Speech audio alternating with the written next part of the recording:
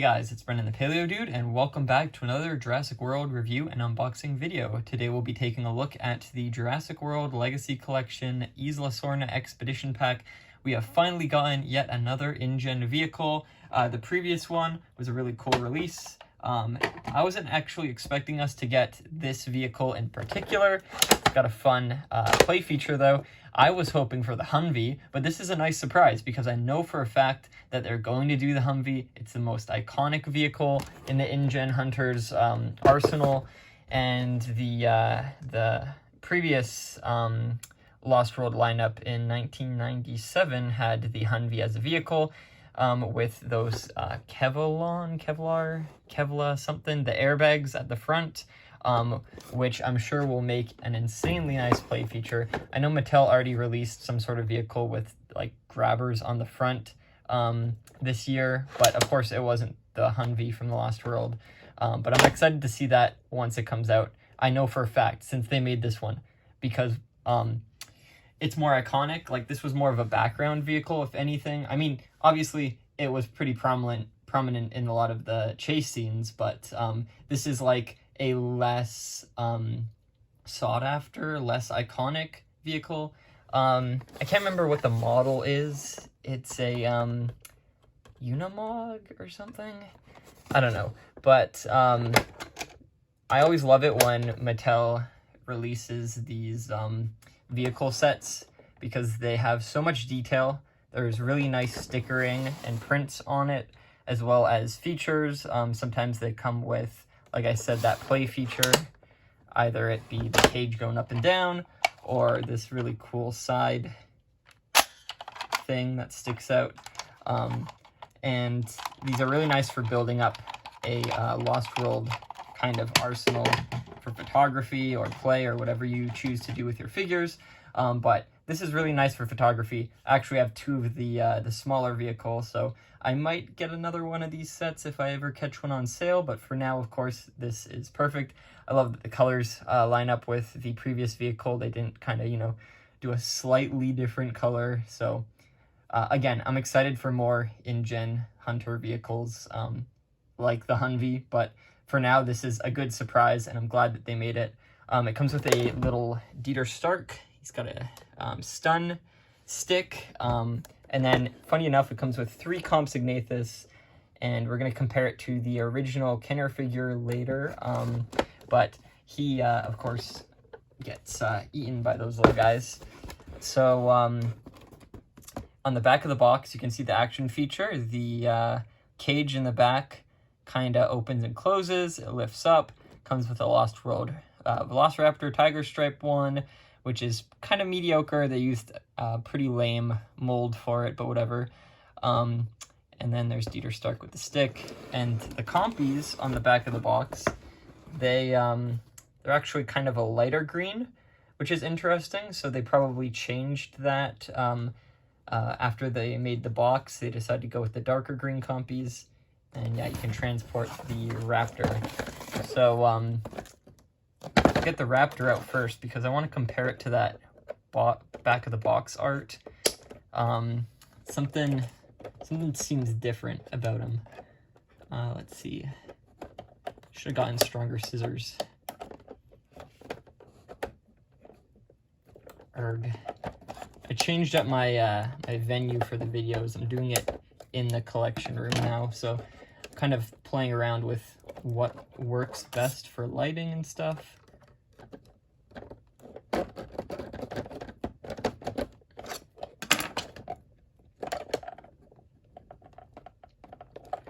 Eek, I don't want to damage the Raptor, but it's hanging on by a thread. If I can just, come on. There we go. So got the Raptor out. It's a repaint of the blue figure from Dominion, the basic blue figure. The only thing I don't like about this is the lack of stripes on the neck. It kind of stands out. The tail, I don't really mind that it doesn't have the stripes, but come on, should have had stripes on the neck. And I think, oh no, the back of the box one doesn't have stripes on the neck. The pattern on the back is brighter though. I do like the fact that it's brighter on the back of the box. But of course the renders are always slightly different. And yeah, we've got a few variants of the Tiger Raptor now, including the Beer Belly Raptor, which had like a bit of red on the back. Still has the green eye. Sometimes they have yellow. And yeah, no paint on the tail, no stripes on the neck. Probably the worst of the Tiger Raptors. This one's definitely second for the worst. And then obviously the best would be the Camp Cretaceous Tiger Raptors, which have stripes down the tail and stripes on the neck, which are huge improvements, though they aren't as orange. But I do like that. It's a little bit more realistic, kind of darker oranges, or more, I guess, yellowy orange. And then, of course, the OG one with bright orange arms and striping and paint all the way down the tail and on the back of the head, of course. And it's got a jumping action feature. I miss that. I wish they brought that back. It's a very cool feature. But yeah, so it's decent. It does the job. Just another pack Raptor. And I guess if you want to include the red Raptors that just came out, they're kind of orange. And they have paint on the neck, so huge improvement overall. Okay, so now let's get the rest of the figures out.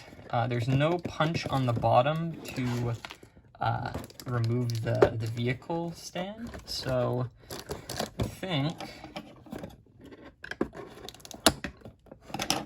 we'll try going in from the front, actually. I feel like that might be best. So I'll cut the sides. There we go. And then the bottom just opens up. Pretty simple. Okay, I've got the vehicle out. Take these little bottom things off. Oh my goodness, even the bottom's detailed. Great attention to detail. How am I gonna peel the Dieter and the Compys off? Do this off screen. I'm gonna peel it off with a knife and hope I don't cut myself.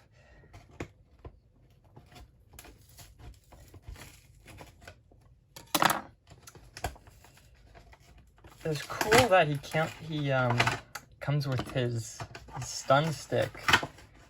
When I was a kid, one of my most prominent memories of the film is actually the Compy getting tasered by the stick. They're both crouched down there, and the Compy's just kind of chilling on a log or something, and they poke it. They say, I can't remember the line exactly, something along the lines of they're not used to humans, or scared of humans, and he's like, oh, well, they're about to be, and then it shocks the poor Compy, and of course, the Compy gets revenge later on, but I think that was a pretty memorable moment. Oh, I just demolished the box. I hate doing this every time. The boxes look so nice. I love that they got the redwoods in the back. Great game trail backdrop. Love the trees, love the dirt. It really reminds me, well, it should remind me because they're trying to recreate that, but yeah, it just takes me back to the game trail scene where they're chasing all the Gallimimus and the Parasaurolophus Pachy's and the Mamenchusaurus. But yeah, that is a great box, and it always sucks to rip it apart. So, I'm not the type of collector to keep things in package, but that one does look nice. So, gonna adjust the camera here a little bit. It rolls nicely, of course. It's got really big tires. The front is very tall. It's got a winch. Wish that was like the original Jeep where you can pull it out and roll it back up. I think that would be pretty cool. Kind of sad that they didn't do that for the this one here, because you know, maybe in a future set we'll see that as a play feature if we ever get a second one of these, since it was a prominent role in the movie. But for now, of course, the details are fine. Stickers for the lights, of course, but the engine logos are not stickers. They're just on the plastic, printed on. Room for 2 people, 3 if you want to squeeze someone in the middle there. Lots of leg room. And then the cage in the back has these scratch marks, of course, from the dinosaur that would be back there, whatever you decide to transport. It sucks that they actually did this, because I don't think my scissors are strong enough. I'll try and get my knife in there. I don't want to like damage the plastic or anything, but they really don't want you opening that back.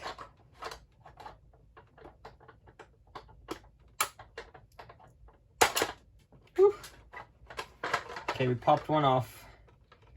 Playing a dangerous game. Definitely don't use a knife for this.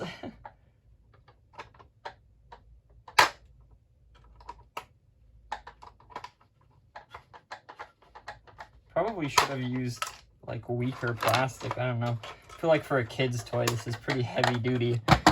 I mean, it is mostly catered to adult collectors, but come on. So yeah, the back thing folds down, kind of like almost like a mini ramp to load the dinosaur in. I guess walk him in or whatever you want to do with him. And then this folds up. Now this is interesting. I think these pull up too. Oh my goodness, they do. That is so cool. I wish there was one more in the front to make it look a little bit more convincing, but yeah, those fold up to, I guess, increase the wall space of the cage, so it doesn't look like the dinosaur can just climb over the fence. Maybe there's something to go over the top of that. Who knows? But yeah, no, it does the trick. It looks nice, and of course you can push those down if you're putting like a smaller dinosaur in the back. I don't know, does the para fit? It's kind of too big. I think the baby Rex should fit fine, especially, yeah, if you put the tail down there. It's pretty good. And I think there's 2 little pegs in there to put the character. So you can stand them in there. I love the scratches, though. They're a really great detail. You can fit like 2 people standing on those pegs in there. The doors, of course, open and close. This does not fold or anything, but I do love that it goes across the front. They did put glass in there, so it's not just empty. So the vehicle is perfect. All the little scratch details is awesome. It really adds to the vehicle and the universe it is in. His jacket kind of peely. So Dieter Stark comes with like this gray kind of rubbery jacket. It's got the standard articulation. Yeah, so his hands don't fold. It's got a bit of red on him, actually. That's our skin color, that paint kind of leaked. An additional detail is a belt. That's crazy. And the belt actually has, holy cow, would you look at that, a holder for this stun baton. That reminds me of the original sets that came with Owen, and he had a little pocket for his knife that was kind of useless and really tiny and easy to lose. So yeah, you can put the stun baton in there. That's a great detail. Love that. Really cool. He's got some fantastic detailing on his face. The hair is, of course, kind of leaking onto the ear a little bit.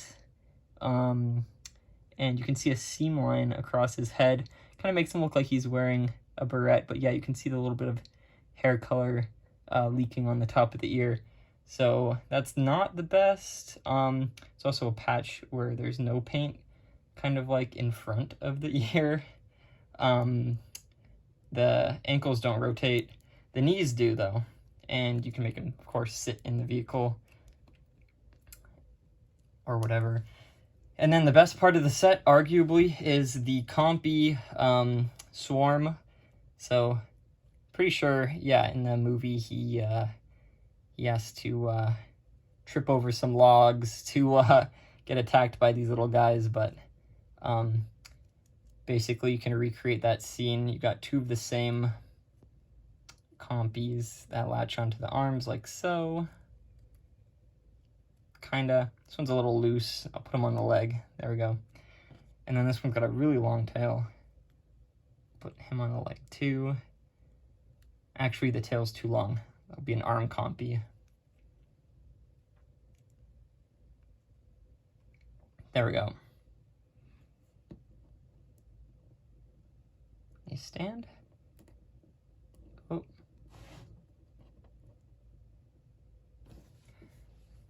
I can't really see that. The camera, got the tripod thing in the middle there. Just move it like that. There we go. So there he is with all his Compies all over him. So you can recreate that scene. Now, I'll lean him against the vehicle for now. Compare him to the original Dieter Stark figure.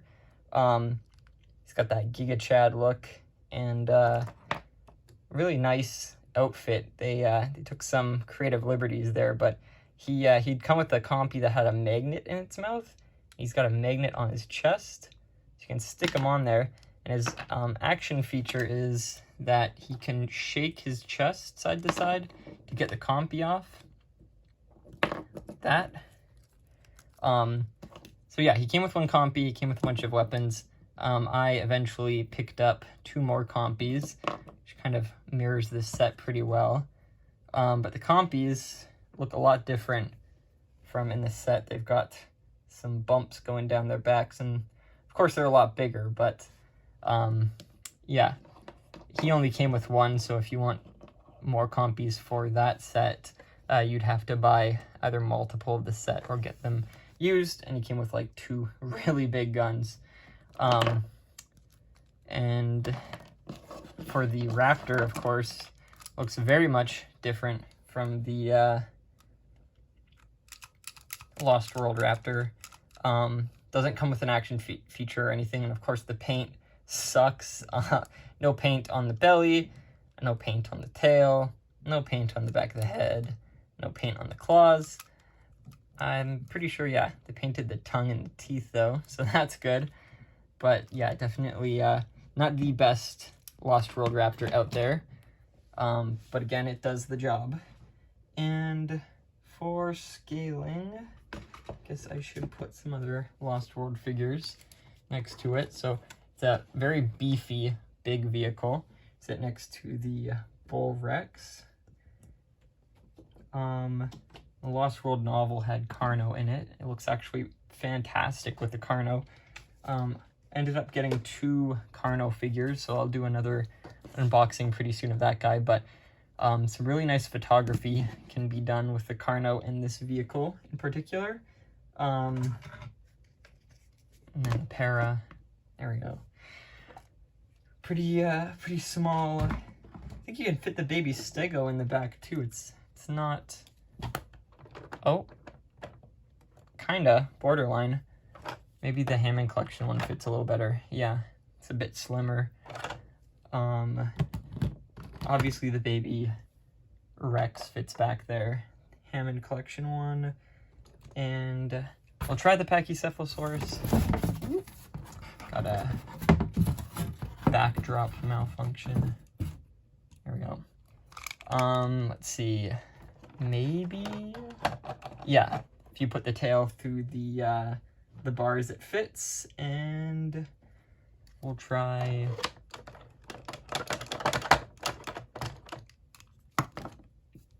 Hammond one, also fits the tail up.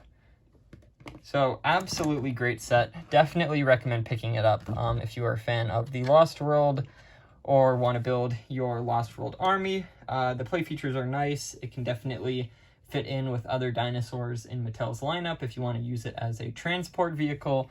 And it has some really nice uses, like a kind of high tower for shooting off of, or of course a dinosaur transport, maybe a troop transport.